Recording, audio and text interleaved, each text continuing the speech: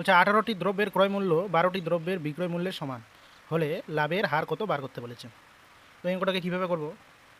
তো 18টা দ্রব্যের ক্রয় মূল্য মানে কস্ট প্রাইস, 12টি দ্রব্যের বিক্রয় মূল্য মানে এসপি, দুটো বলছে সমান। এখান থেকে আমি ক্রয় মূল্য আর বিক্রয় মূল্যর কি অনুপাত পাবো, কত হবে 12:18।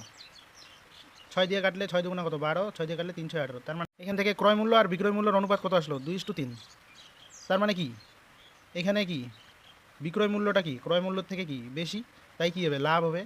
তাহলে লাভের শতকরা হার সমান সমান উপরে কী হবে লাভ, এখানে লাভ কত বিক্রয় মূল্য থেকে ক্রয় মূল্য কী করতে হবে বাদ দিতে হবে, বাদ দিলে কত হবে 1, আর নিচে কত ক্রয় মূল্য কত 2 গুণ 100, 2 দিয়ে 100কে কাটলে 50, তার মানে কত হবে 50%। তো 50% উত্তর হয়ে যাবে। একই ধরনের প্রশ্ন উত্তর কত হবে কমেন্ট করে জানাও।